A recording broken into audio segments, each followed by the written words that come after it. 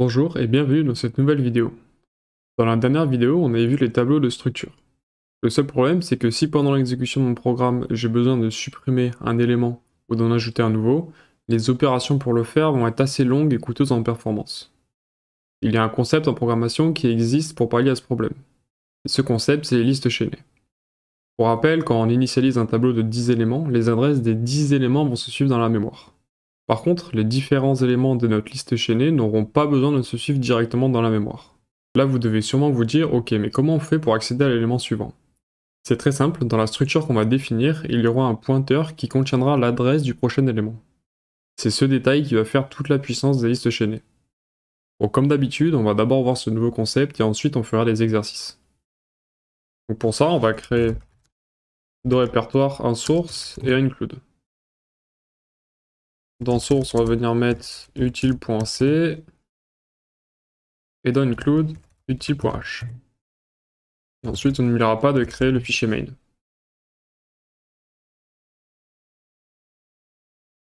Donc dans le fichier main, comme d'hab, la fonction main. Ça, il n'y a rien de sorcier maintenant. Ensuite, on va faire le if not define. Ok. Maintenant, on va pouvoir créer notre première liste chaînée. Donc tout d'abord, il nous faudra une structure. On va appeler liste comme ça. Et cette structure, ce qu'elle va contenir, on va juste lui dire de contenir un int. Qui sera n. Et ce qui va changer d'une structure lambda, c'est que maintenant, on va contenir le pointeur vers le prochain élément. Donc pour ça, on va dire structure lst. Pointer next. Donc le pointer next, du coup, va nous servir à aller chercher le prochain élément de notre liste chaînée. Donc maintenant, on va directement faire une fonction qui va nous créer un nouveau maillon. Et on va lui passer la data à remplir. Donc cette fonction, elle va nous allouer un nouveau maillon et nous le retourner.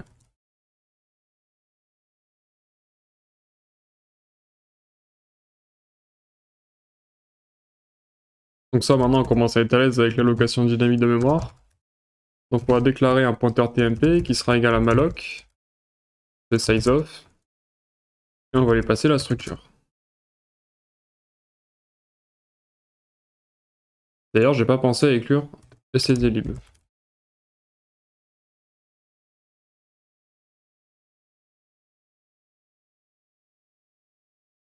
Maintenant, si jamais malloc, il y a eu un problème dessus, on va retourner nul.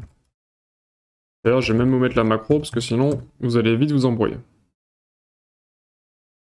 Ensuite, si jamais du coup il est valide, on va pouvoir accéder à n et remplir la variable qu'on a eu en paramètre. Et ensuite, tmp next, il vaudra nul, vu qu'on n'a pas encore l'adresse du prochain élément. Et après, on retourne tmp. Donc déjà, on va tester si ça marche.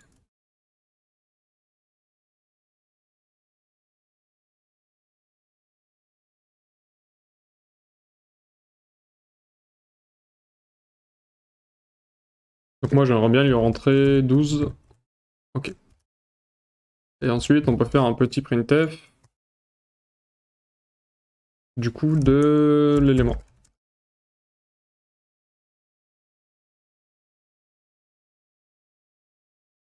Il faut bien penser après l'élément aussi. Donc maintenant, on compile. Ok. Bon, jusque-là, il n'y a rien de sorcier. Maintenant qu'on a fait ça, ce qui serait bien de faire, c'est de faire une fonction qui va nous ajouter un maillon au début de notre liste. Donc pour ça, elle ne retournera rien. Et on va l'appeler list@front. Ensuite, ce qu'elle prendra, c'est un double pointeur.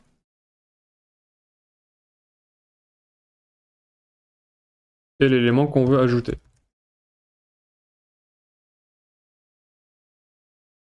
Si vous vous souvenez bien du pointeur next, ce qu'il va faire, c'est qu'il va contenir l'adresse du prochain élément. Donc là, vu qu'on ajoute au début, new, ça sera le premier élément.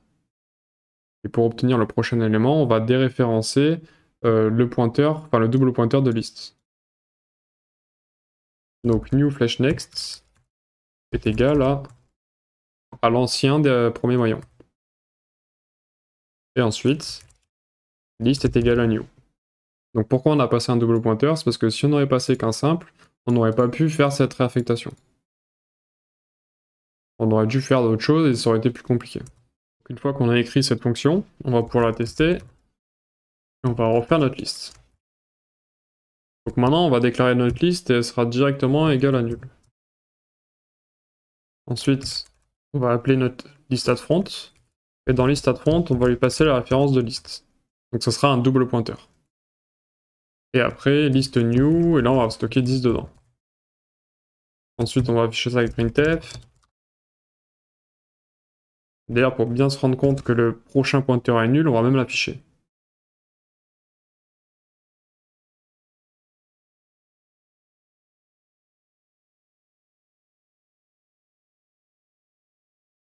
Et on pense bien après aussi. Donc là, si on compile, list est égal à 10, et le prochain élément est nul, vu qu'il n'y a pas de prochain élément.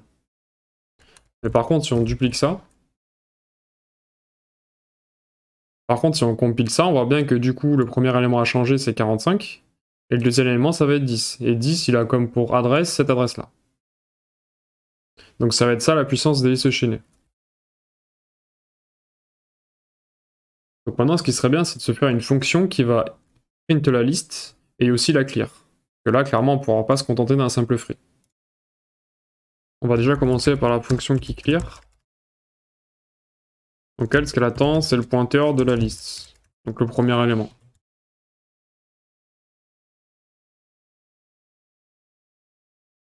Ensuite, il va nous falloir un pointeur temporaire. Et tout d'abord, on va venir vérifier si la liste n'est pas nulle. Sinon, ça sert à rien de la clear vu qu'elle est déjà vide.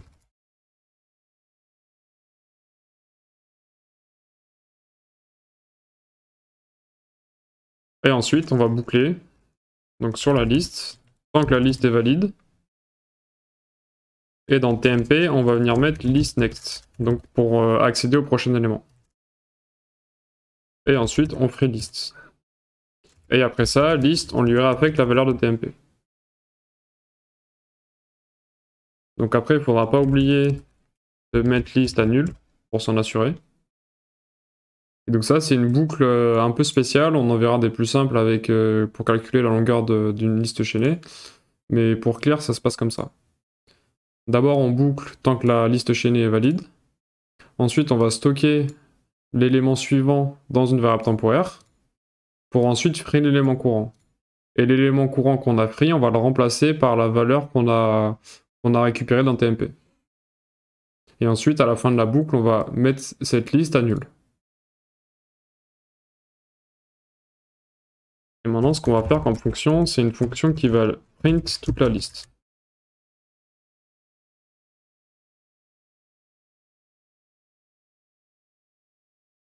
Donc c'est parti, on va faire liste print. Comme d'hab, on aura besoin d'un pointeur temporaire. Donc ça, il va falloir s'y habituer, parce que si on veut faire des opérations, et surtout des boucles sur les listes, on en aura tout le temps besoin.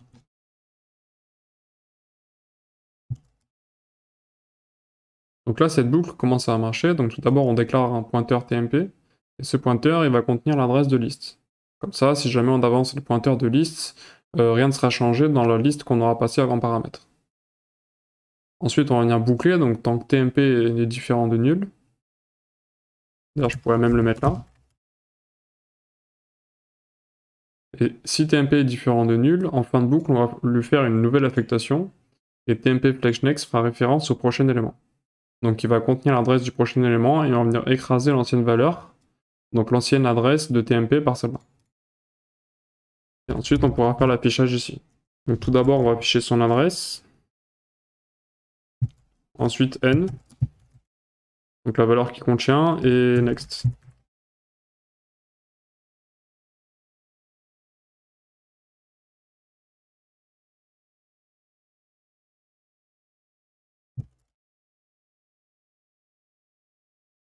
Et passer à liste print.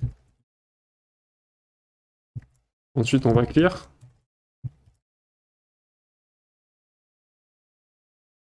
Donc une fois exécuté, donc là ça va être l'adresse du maillon courant, ensuite sa valeur, et l'adresse que contient next. Donc next, ce qu'on peut voir directement, c'est qu'il aura la même adresse que l'élément suivant. Donc c'est comme ça qu'on va pouvoir switcher d'élément en élément et avancer dans notre liste chaînée. Et ensuite, pour finir, sur le dernier élément, next est bien égal à nul et ça va stopper l'exécution de la boucle. Maintenant, ce qui serait bien, c'est de faire une fonction qui va calculer la taille de notre liste. Donc pour ça, elle retournera un size et on va l'appeler list.size.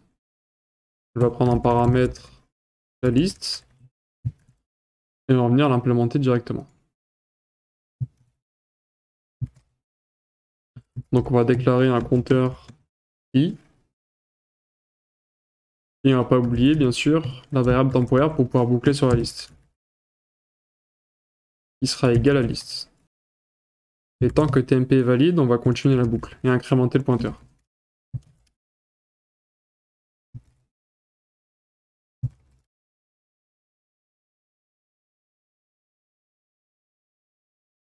Donc si on teste, juste avant le list clear,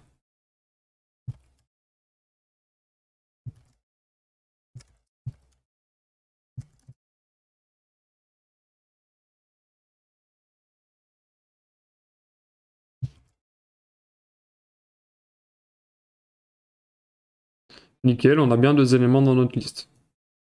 Maintenant, si on duplique les éléments, normalement on est censé avoir 5 éléments dans notre liste. Donc tout marche bien, c'est nickel. Maintenant, ce que j'aimerais faire, c'est une fonction qui va ajouter à la fin de notre liste chaînée un nouveau maillon. Donc on va l'appeler list addback.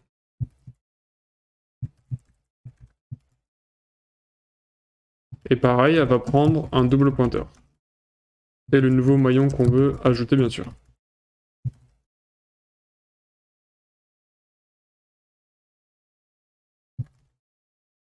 Donc tout d'abord, il faudra vérifier que la liste n'est pas nulle. Donc pour ça, on va déréférencer le pointeur et pour obtenir la valeur de celui-ci. Donc s'il est égal à nul, ça veut dire qu'on a 0 maillon dans notre chaîne. Donc pour le coup, list sera égal à new. Et du coup, ça sera le seul dedans. Sinon, on va déclarer un pointeur temporaire et on va venir boucler dessus. Donc ça, on va commencer à prendre l'habitude puisque ça va être quand même assez redondant.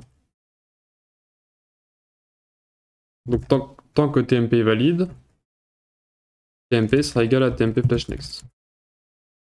Ensuite, il faudra vérifier que tmp flash next est égal à nul. Et s'il est égal à nul, ça veut dire qu'on arrive à la fin de la boucle. Donc si jamais on arrive à la fin de la boucle, tmp flash next ne sera plus nul, donc l'élément courant sur lequel on est, mais il sera égal à new. Donc au nouvel élément qu'on va ajouter. Et ensuite, on pense bien faire un return. Si on ne fait pas le return ici, qu'est-ce qui va se passer? C'est on va rajouter un élément à flash next qui sera new. Ensuite, on va arriver ici, donc on va avancer le pointeur. Et en fait, on va rentrer dans une sorte de boucle infinie. Parce que l'élément flash next sera toujours égal à nul, et du coup, on va venir rajouter tout le temps new. Donc on va tomber dans une boucle infinie. Donc le return est très important. Maintenant, on va tester cette fonction direct dans le main. Maintenant, on peut compiler. Donc logiquement, on est censé avoir 45, 10, 3, 1, 23. Et qu'est-ce qu'on a en sortie? 45, 10, 3, 1, 23. Donc c'est nickel. D'ailleurs, pour s'assurer que notre programme n'a aucune fuite mémoire, on peut tester avec Valgrind. Donc il y a bien 0 bits en definitely lost. Donc c'est nickel. Et pour rappel, si jamais on oublie de faire la liste clear, et qu'on recompile, et qu'ensuite on réexécute avec Valgrind, on a bien en definitely lost 16 bytes. Maintenant qu'on a vu le fonctionnement de base des listes chaînées, on va faire des petits exercices. Comme premier exercice, ce qu'on va faire, c'est une fonction qui va supprimer le premier élément de la liste chaînée. Donc essayez de le faire de votre côté, et ensuite je donnerai la solution. Donc pour ça, on va faire void list del front. On va prendre un double pointeur pour le passer l'entête de la liste.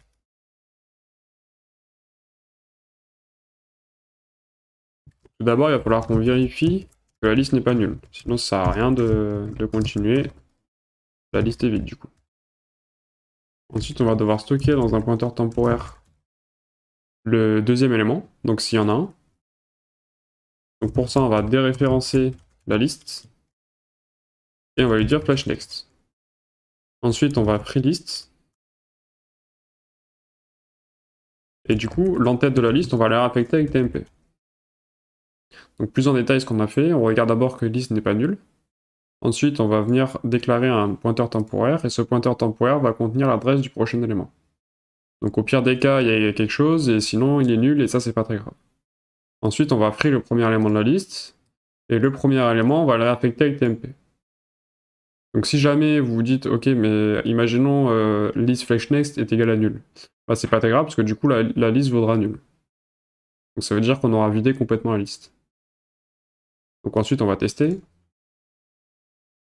et on va faire un list front. Donc on passe la référence de liste, pour obtenir un double pointeur. Et ensuite, on va refaire un petit coup de print. Donc là on compile, et 45 n'est plus là. Si jamais j'en rajoute un deuxième, normalement 10 n'est plus censé être là aussi. Donc 10 n'est plus là. Il nous reste 3, 1, 23 dans la liste. Donc c'est nickel.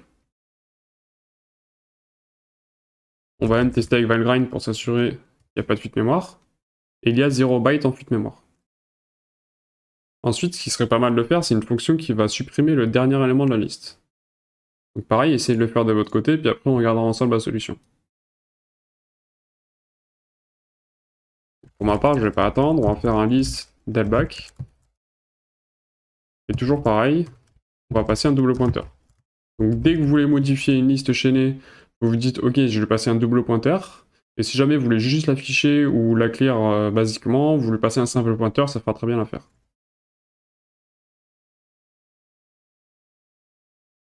Donc tout d'abord, pareil, on va devoir vérifier que la liste est différente de nul. Ensuite, on va faire un pointeur temporaire à égal à la liste. Et on va venir boucler sur TMP. Et TMP, en fin de boucle, on va lui affecter flashNext. Et donc maintenant, on va devoir faire une condition. Donc si TMP de next est égal à nul, alors on va free TMP next. Et TMP next, on lui réaffecte bien une valeur nulle, pour être sûr qu'il n'y ait pas de problème. Et ensuite, on return. Donc en gros, qu'est-ce qu'on vient de dire dans le if? C'est que si jamais l'élément suivant est le dernier maillon, parce que du coup, ce qui veut dire que flashNext à lui sera nul, donc ça veut dire que ce sera le dernier, on va free ce dernier élément. Et ensuite, dans l'élément courant, on va affecter du coup à flashNext nul, pour être sûr que ce soit bien la fin de la liste.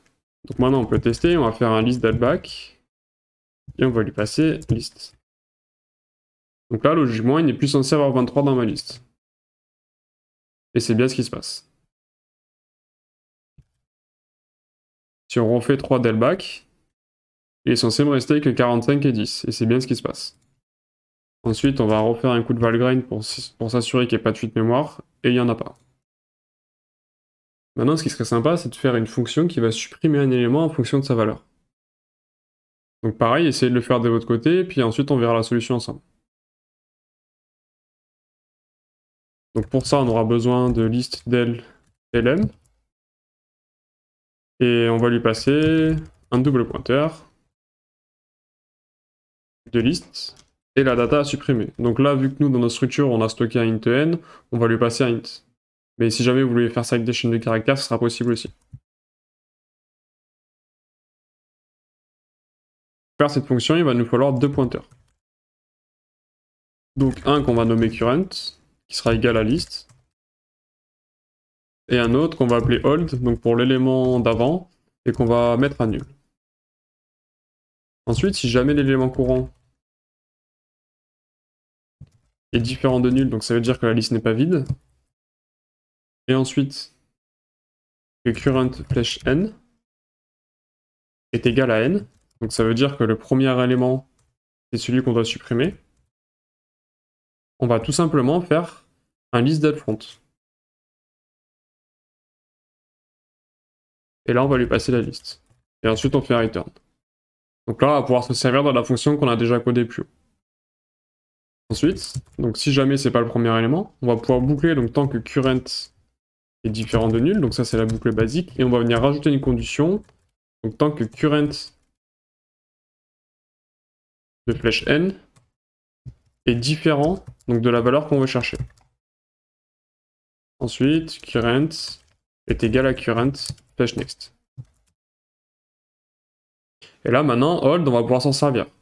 Donc hold, il sera égal à current. Donc avant de refaire une nouvelle affectation et d'avancer dans notre liste chaînée, on va venir stocker l'élément d'avant dans hold. Et c'est justement grâce à ça qu'on va pouvoir faire la délétion d'éléments. Donc après la boucle while, ce qui est bien de faire, c'est de se protéger et de regarder si à la fin de notre boucle, on a trouvé l'élément ou pas. Donc si jamais on sort de la boucle, le pointeur current ne sera pas nul, mais si jamais on n'a pas trouvé d'élément, il sera nul. C'est parce que ça veut dire qu'en gros, on est arrivé à la fin de la liste chaînée. Et là, on va pouvoir faire un return.